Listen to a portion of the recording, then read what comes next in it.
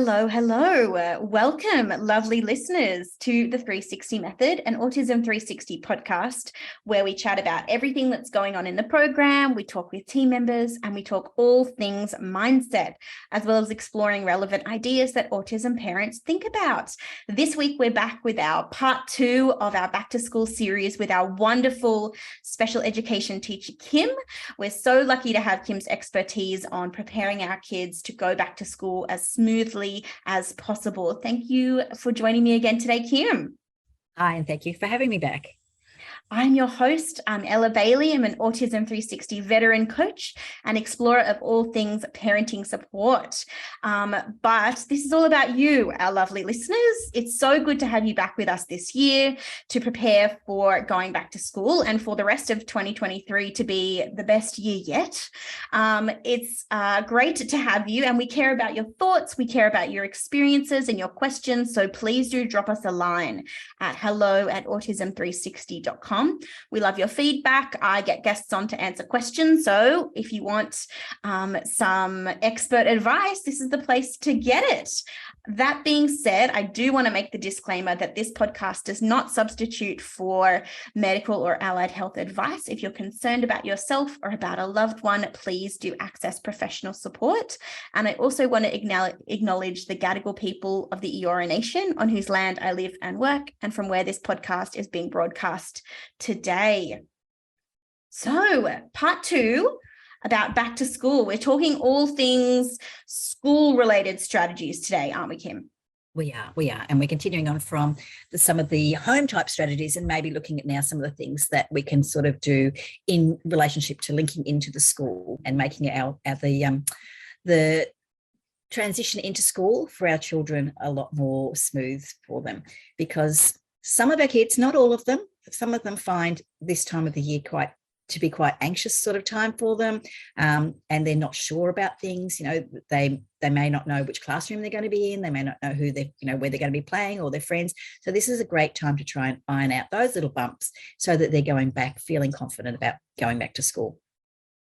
Yeah, absolutely. And I think school is an interesting one when it comes to kind of problem solving or troubleshooting, because kids are really outside of a parent's locus of control. The locus of control is in the home. When your kid is directly with you, you have a lot more influence over how things go. When they're at school, they're very much more removed from where you're at, from things that you have influence over. So it's important to bring the school on board with this transition process to make sure that things go as smoothly as possible. Now, Kim, I wanted to ask, one of the main things that I've worked with people in the past is about putting together a photo book or maybe some sort of social story for kids going back to school. Is this something that you see a lot of? This is a great strategy, and this is one of the ones that probably works the best for our kids. And look, some of our older kids might say, "Oh, social stories," but don't even make it called a social story. Just a photo book or a thing, and play the dumb parent. Oh, well, look, I need it for me. I need to know where you're going to be or you're going to get dropped off to, that sort of thing. But look, social stories and photo books at this time of the year are brilliant.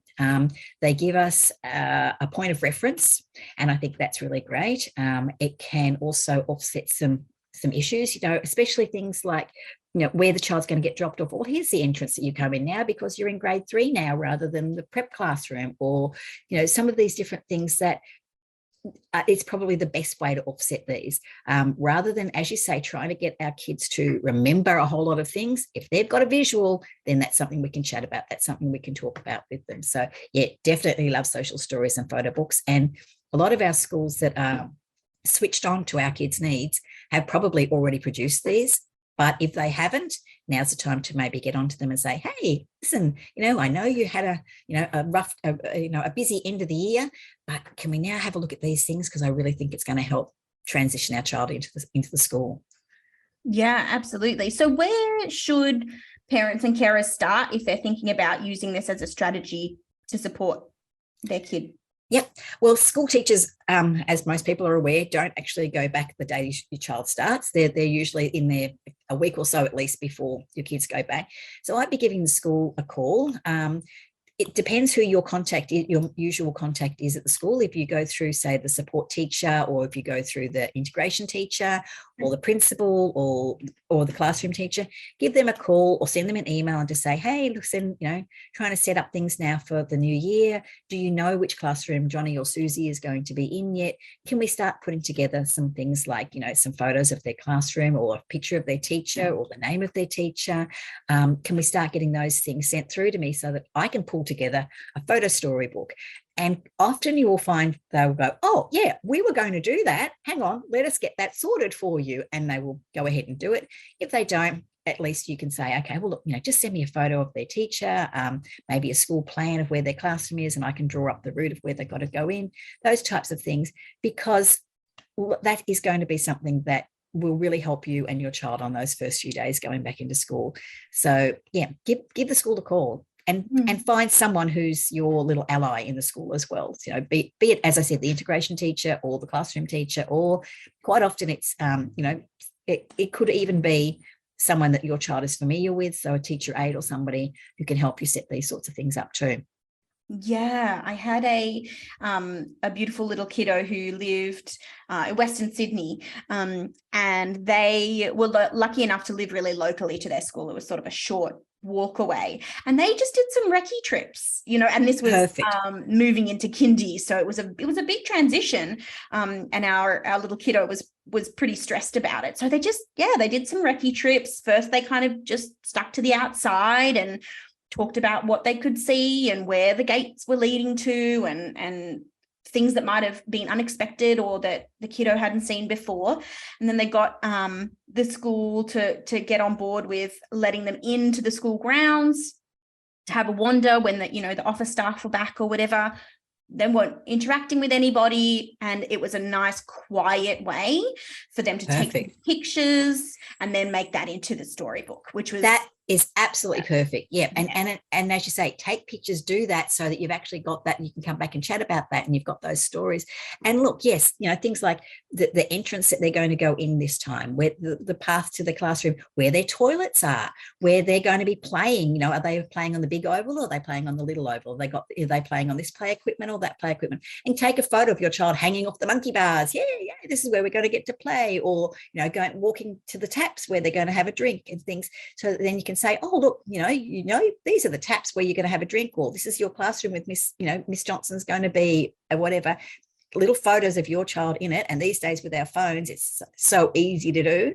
I can remember back in the old days where we used to have to use, sort of horrible looking graphics that we used to do that didn't look anything like our kids, with the little bald heads, and it was like, yeah, that doesn't look like our kid at all. And the kid's going, that's not me. But now we can take a great photo of our kid, doing the things that they might be going to do at school, and even write little positive stories like, this is where I'm going to play. This is where I'm going to eat my lunch. This is where I'm going to do whatever. Make it personal, make it about them. That's a perfect way to do it. And if you ask, more times than not, the schools will go, yes, come in and pop in and do that when it's nice and quiet, when there isn't 100 other people trying to do things. Schools are open virtually, as soon as the new year starts, for the P&C to sell school uniforms and things like that.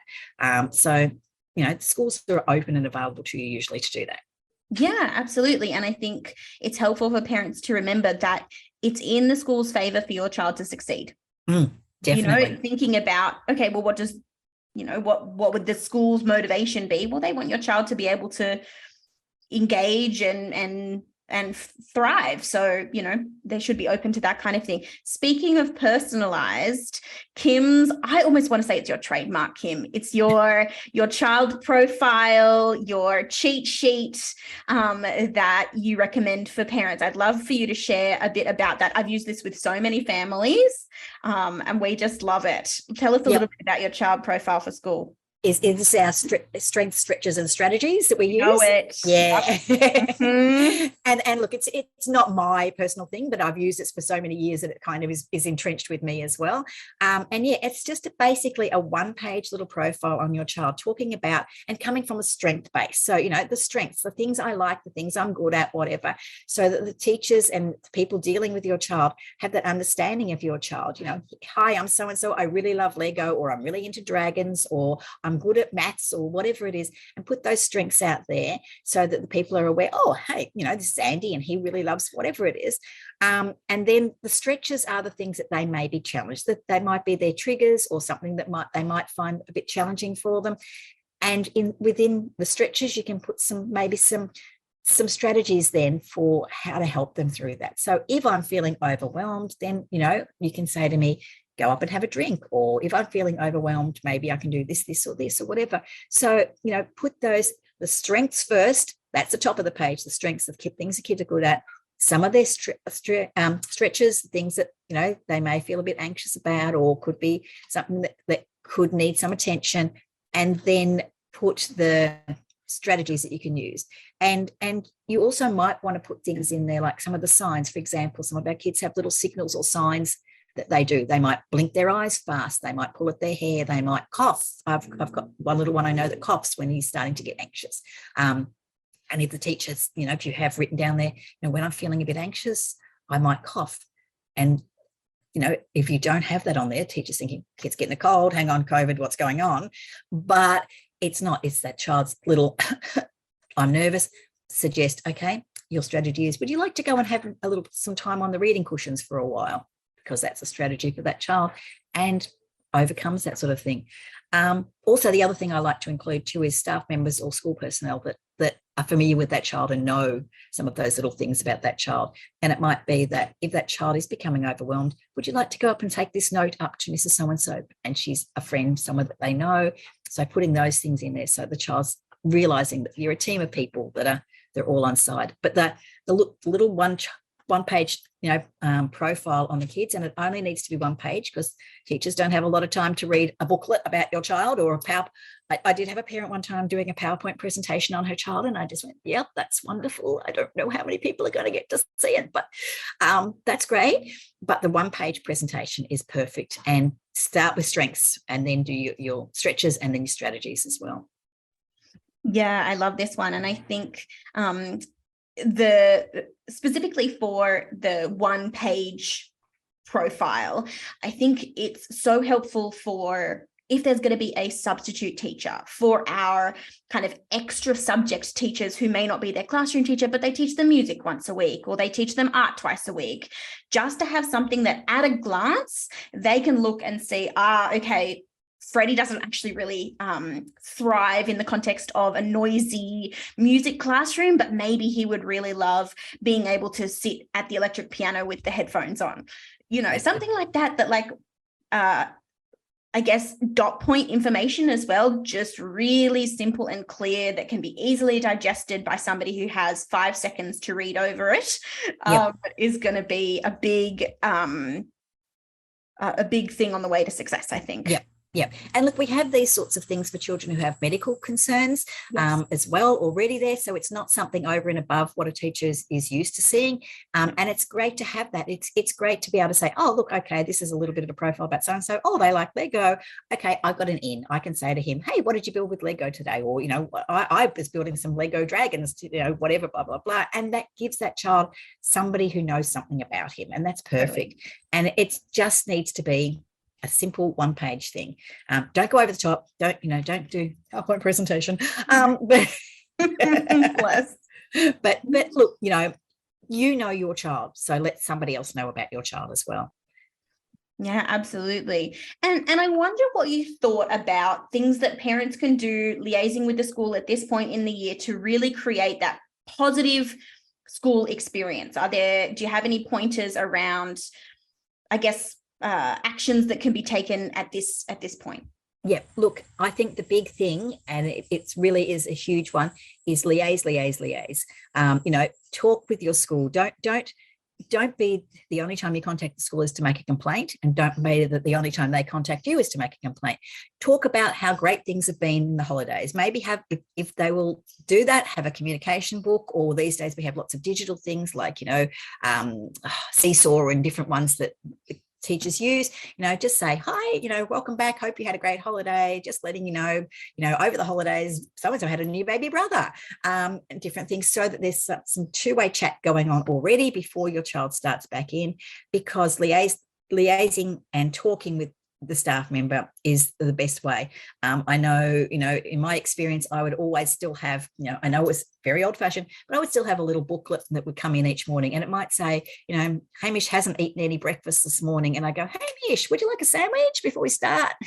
Great. Hamish has a sandwich with me, and then, we can have a better day. At the end of the day, I go, Hamish ate all his lunch before, morning tea. Can we maybe get some more lunch for him tomorrow? Yeah, great. Send that little booklet home. So liaising and having that positive, two-way conversations, so that it's not just, hey, he's had a really bad day today. No, that positive two-way conversation is a really good thing. And I think that's one thing that we can really work on with our schools. Some of them, are really great with this, but some of them feel like you're asking them to do something extra. But when they realize that you're not, it's a two-way stream, then I think that can work really well for us. Yeah, absolutely. This makes me think of a little kiddo that I've spent a lot of time with over the years who started school, and I think they used Dojo. I think that was what it was called. Yeah.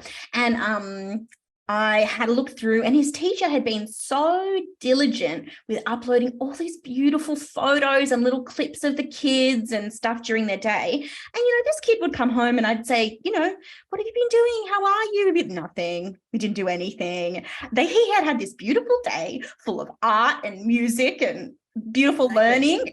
I would never have known about it if I hadn't checked this log, because he just says, we didn't do anything, when the communication's there. So I thought that was kind of an added bonus, really, isn't it? And that giving you that insight into what their day's been is really great too, because you can say, hey, did you have art with Miss So-and-so today? And they'll go, oh, yeah, I did. And you go, oh, great. How did that go? Or whatever. Or, oh, was Miss So-and-so away today? Who did you have? Because that's there. So, yeah, look, the class dojos and Seesaw and all the different ones that they've got these days are great. But if that's not happening, ask, is there some way to set something up like that? Ask and you may be told no, but you could also be told yes. So ask. It's not going to kill anybody.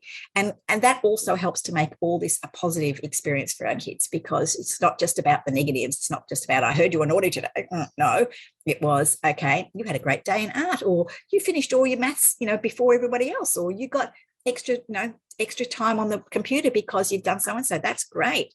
So access those positives and really hone in on those sorts of things too, and have that great relationship with the teacher in the first place, because, they're, like you say, we are handing over our control of our child to this person or these people for quite a lot of time.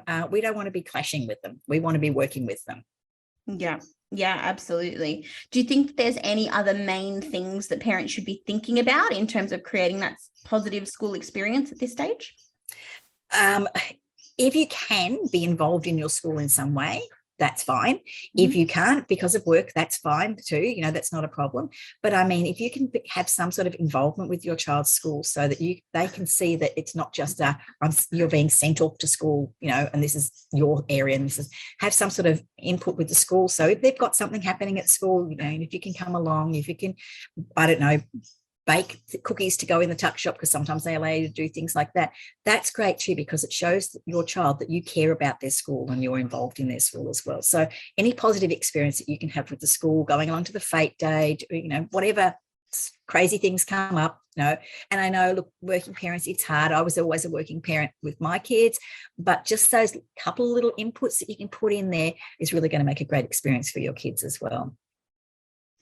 I think it's something that I've certainly noticed in the kind of behavioral support world is that if kiddos are aware of the fact that behaviors and regulation and feelings of safety flow from one environment to the other, they're far more likely to feel well supported moving from one to the other. If they know that, when mum says, Mrs. Ryan at school today is is giving out lots of bonus points for X.